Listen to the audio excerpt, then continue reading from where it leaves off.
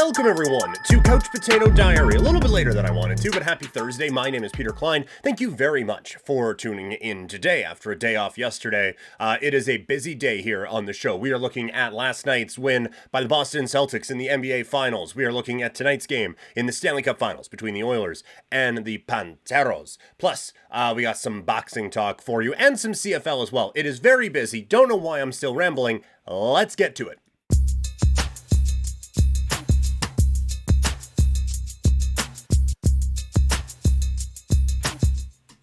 The Boston Celtics hold a commanding lead in the NBA Finals after a victory in Game 3. They're up 3-0. No one has come back ever from being down 3-0. The closest someone did was last year, when the Celtics almost did it against the Miami Heat before eventually falling in 7 to that 8 seed. But this one, it's not about the Celtics or any of that. This one is squarely on Luka Doncic. And I know there has been a lot of negativity around Luka today, and some of it can get a little extreme, as sports coverage is. So I do want to preface all of this by saying Luka is still one of the best players in the world. Probably still one of the top 3 best players in the world. Last night was just a rough one, at the worst possible time for the Dallas Mavericks. Quite frankly, Luka Doncic was not good enough in Game 3 for the Dallas Mavericks, fouling out at 27 points, 6 rebounds, 6 assists. The complaining about the fouls is going to be part of the Luka Doncic experience, but there's nothing to complain about here. A few of the fouls were a little bit borderline, but all of them were fouls. Zach Lowe said before I came on here on his podcast that if you went on and simulated this game 1,000 times, maybe he only gets 5 fouls, like one of them doesn't get called at some point, but those are all fouls.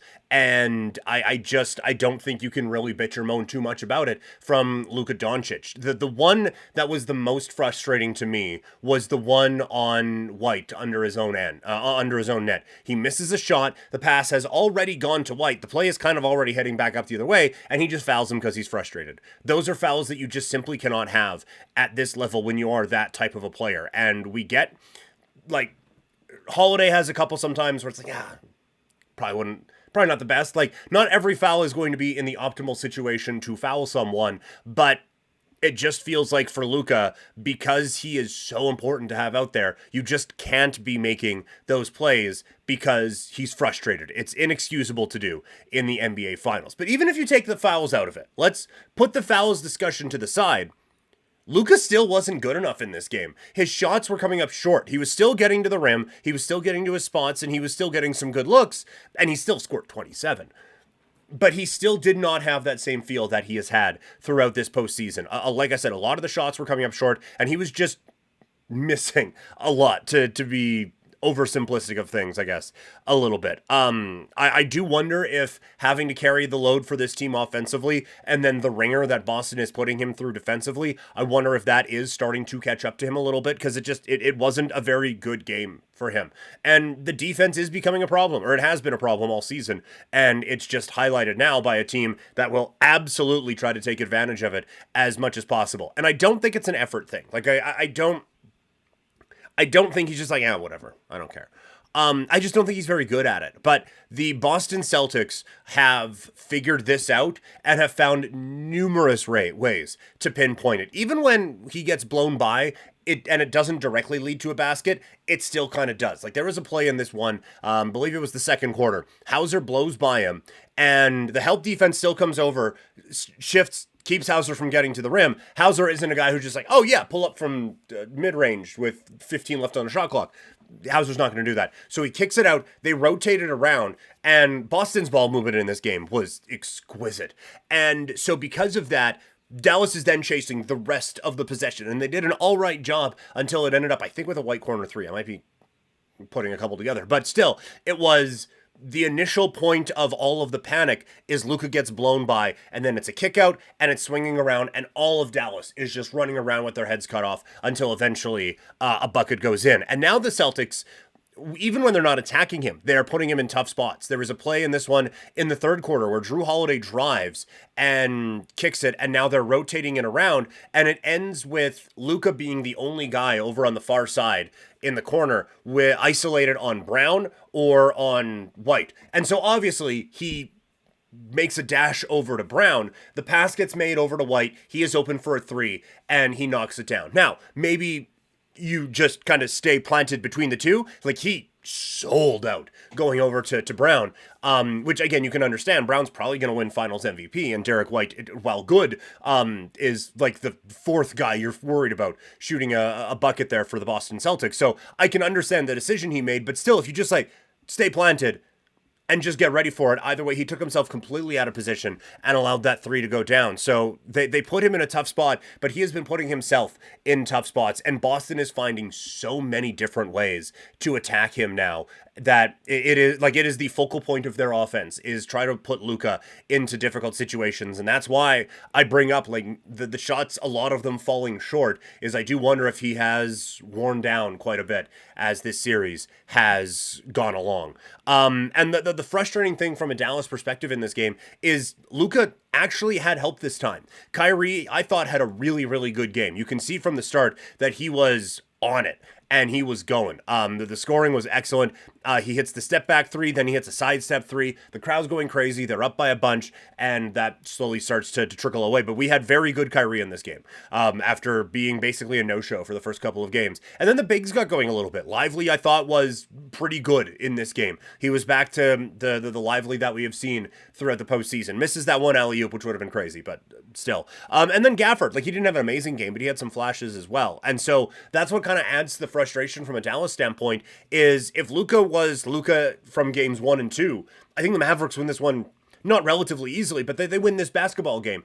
They just needed him to, and I get, like, that is a special level that he was playing at, but you need to be special to win these championships. Jaylen Brown has been special all 3 games. They needed Luka to be that in this game, and they didn't. And I think that's what really, really stings, because some of the other guys who they needed to step up did step up. Washington didn't.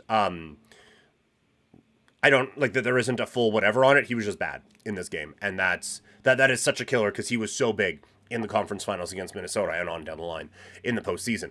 On the Boston side of things, the Celtics do avoid collapse. The Mavericks come back in the fourth quarter, but that still felt more like what Boston wasn't doing than what Dallas was doing. This team just falls into funks when they have opportunities to put opposition away. And it is mind-boggling to me that this team is within 48 minutes of winning a championship, and they still don't really seem like they have that killer instinct. It's like, what more killery do we need them to be? They're going to win a title within the next probably 72 to 96 hours. But it's like, man, I would just love for them to, all right, we're up 21 in the fourth quarter, let's win by 50. Instead of, all right, we're up by 21 in the fourth quarter, let's win by 6.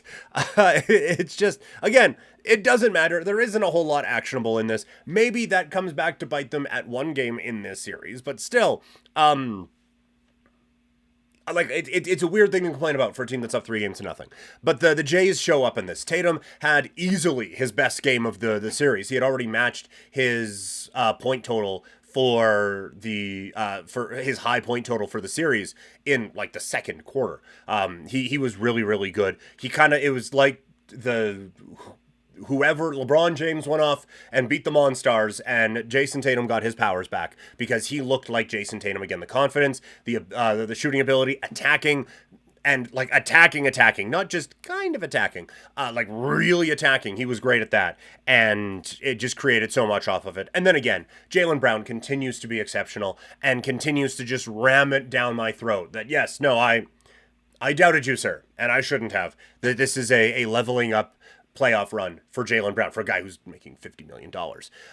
And then you had some other guys step up. Like, obviously, look, like, White is phenomenal. Drew Holiday's been fantastic. Horford is giving you everything he can. But the big one was Xavier Tillman, who comes out here, and he wasn't KP. In no world did he have the same impact in this game as KP. But he did everything he could, man. Like, he wasn't Kristaps Porzingis, but he was the best Xavier Tillman he could be. Going out there, still altering things at the rim a little bit, still helping out defensively, and then he hits a fucking 3. The first time he shot a 3 in the postseason, and he cans it. An unbelievable night for him, and it really does show more and more how outmatched Dallas is in this postseason. I still think the Mavs get one, but I do think Boston wins this one on their home court coming up in Game 5. That is the story from the NBA. Let's shift now to the NHL as the Oilers are looking to avoid this exact conversation when they play the Panthers tonight.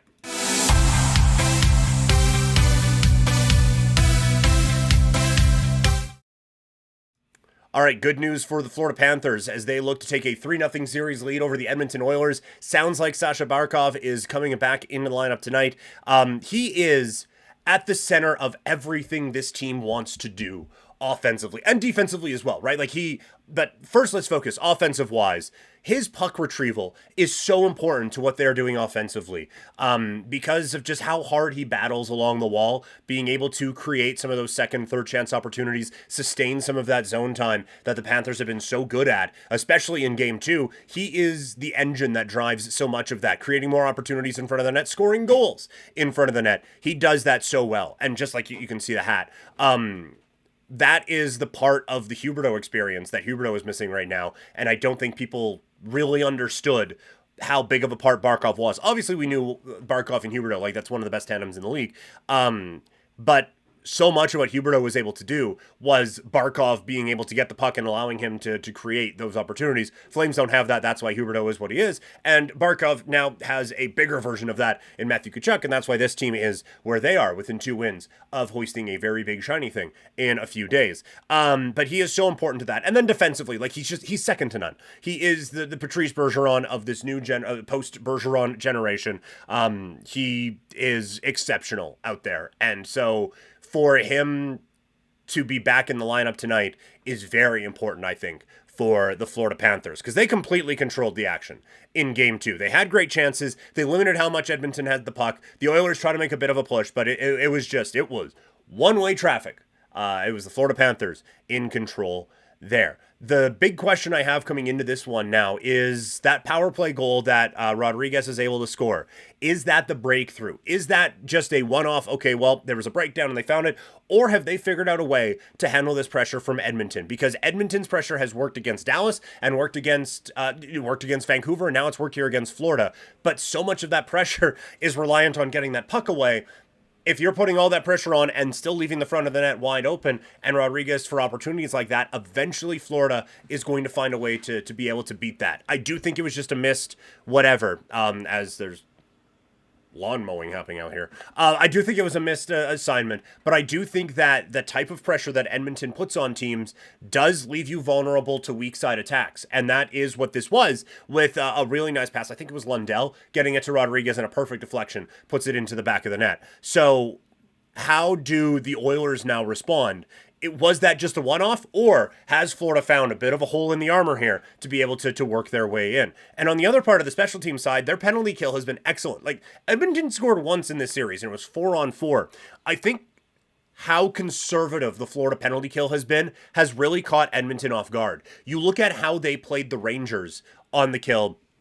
It was high intensity, high pressure, in your face against the Rangers. And this one, they've backed off into the box, basically. They've just settled back and let the Oilers do their whipping it around thing. And it hasn't, it's led to chances. Obviously, it's McDavid and Draisaitl and Hyman and Bouchard. They're going to get their opportunities. But it has not created all of these great chances that Edmonton has been used to in the past. And so I think this was a tactical decision made by Paul Maurice. When you look at the Rangers power play, so many weapons, not taking anything away from it, one of the most talented teams in the National Hockey League.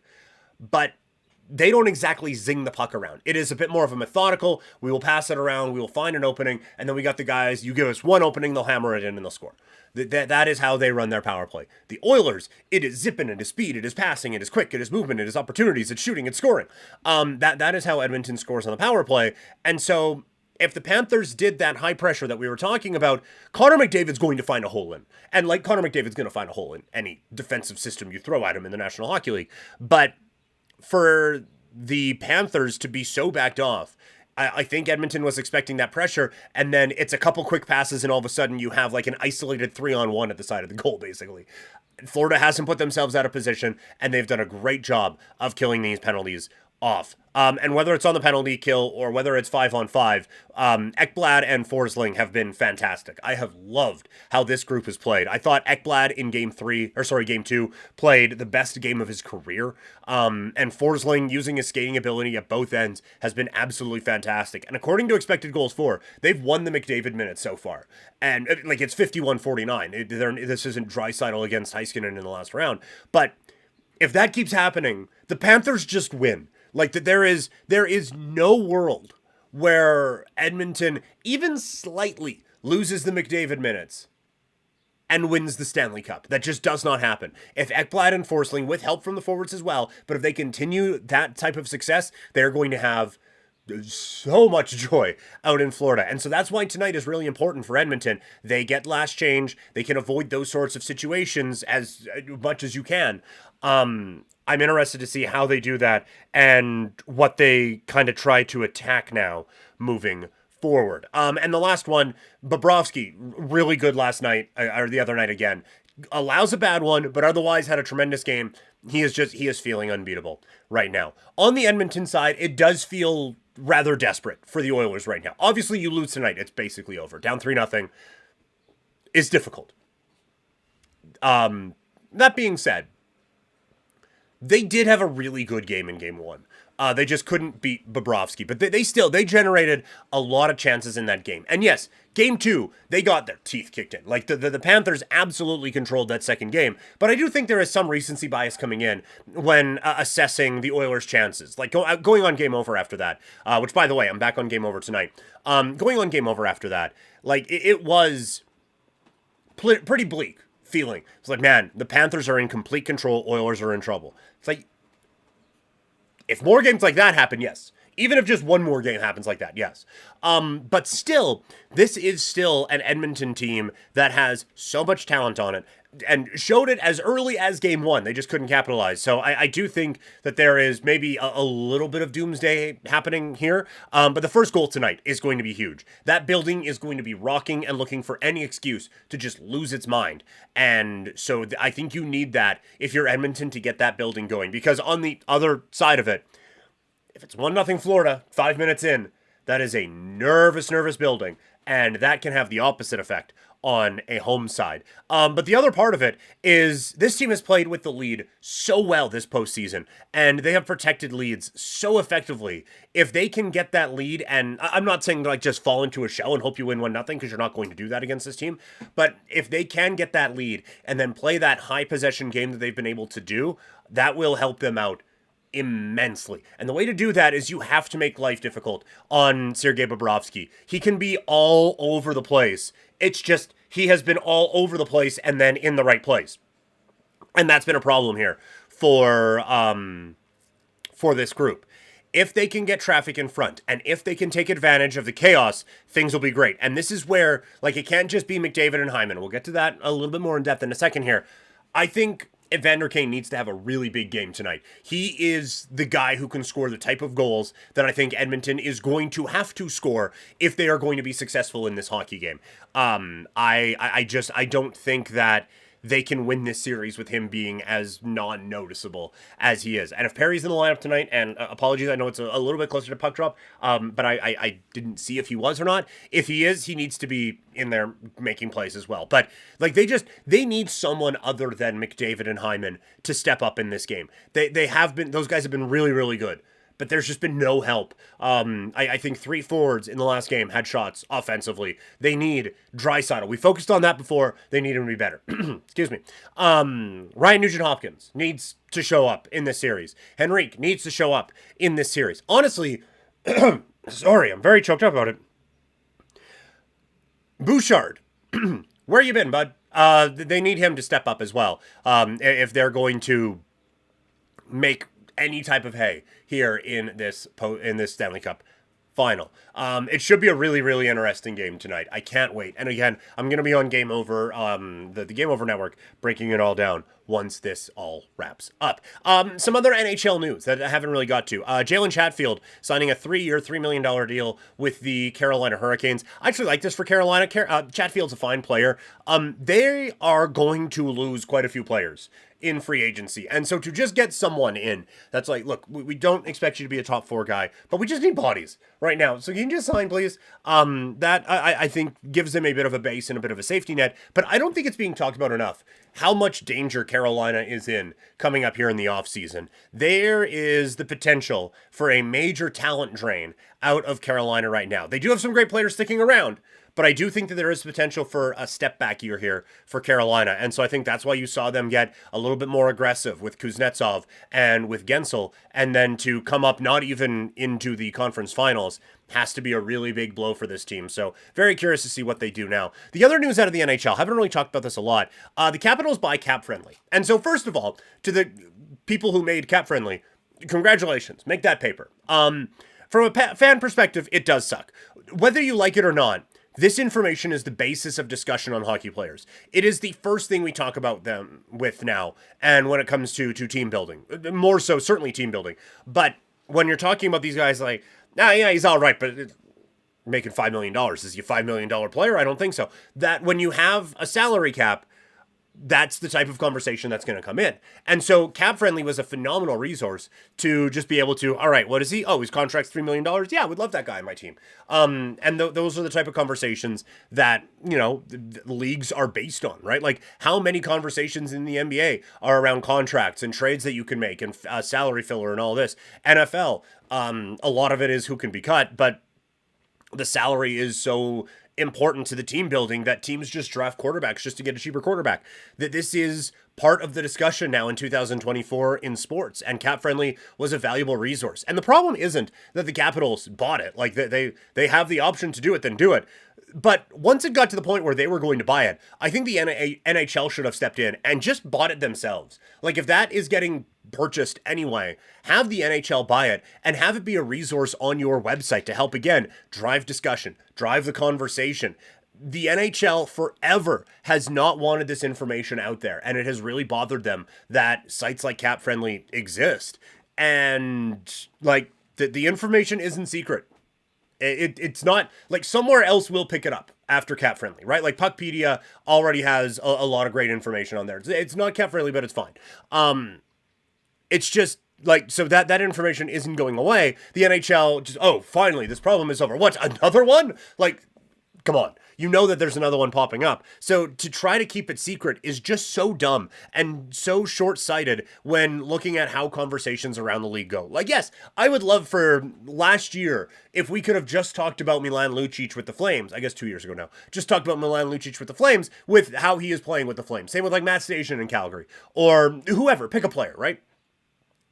But the salary is part of it because we are in a salary cap era and teams have but so much money to spend on players. And so if a guy is making a lot of it and not doing well, then that's a problem. And so I don't understand why the NHL doesn't want this. This is an opportunity, or would have been an opportunity for the NHL to actually get ahead of leagues like Major League Baseball, the NFL, and the NBA. And yeah, here's all our contract info out there for God and everybody to see. And this is how we can help drive these conversations. You have it a part of the stats thing. So you can like sort by, all right, this guy had 125 points this year. Hover over his name. You're seeing, oh, he's got a $7.5 million cap hit. Like just, it can be a part of what you are doing. And to fight against it is just so incredibly stupid. But it is the NHL. All right, that is it for the hockey talk. Let's shift now to our CFL Thursday Night Preview.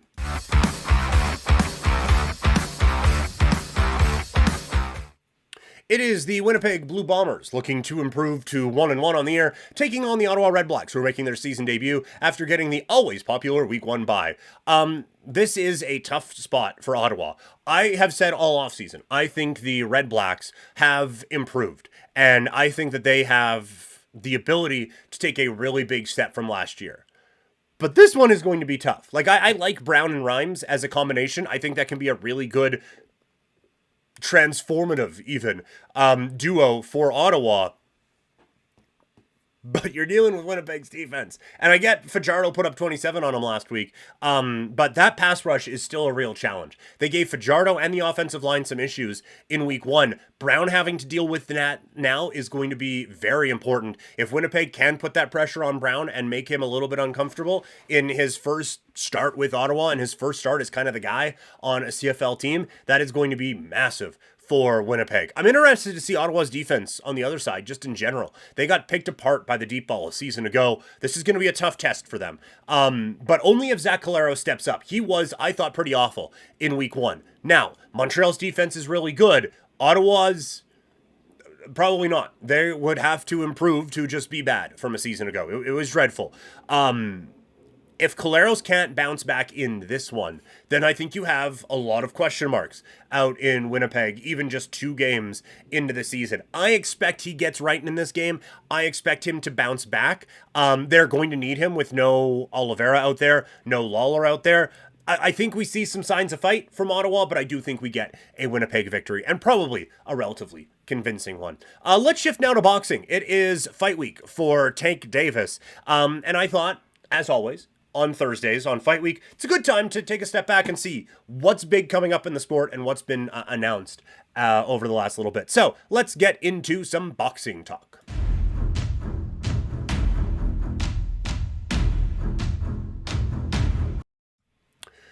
It is Tank Davis Fight Week, and I am so excited. We're going to have a full preview of that fight coming up on Friday. But today, I thought we would look at the other big fights that have been announced or are coming up here. And the next big fight is Shakur Stevenson fighting on July 6th on ESPN. It's the next big fight in the sport leading up to Terence Crawford's LA by way of Saudi fight coming up at the beginning of August.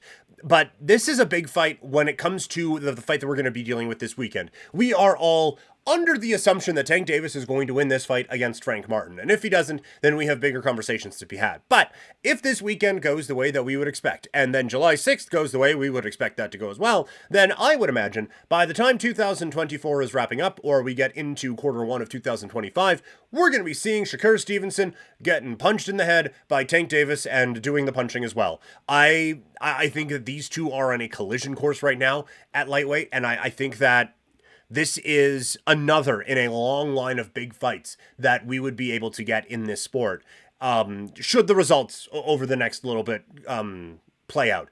But Shakur Stevenson having another fight on ESPN, I have found my journey with Stevenson to be interesting at times, because he's always had so much potential, and he never has the big fights that you want him to have, and he never has the big performances against the not quite as big fights that you wish that he would. But you can see there are flashes, and there are times where the talent is just screaming at you that this is one of the most talented fighters we have in the sport right now.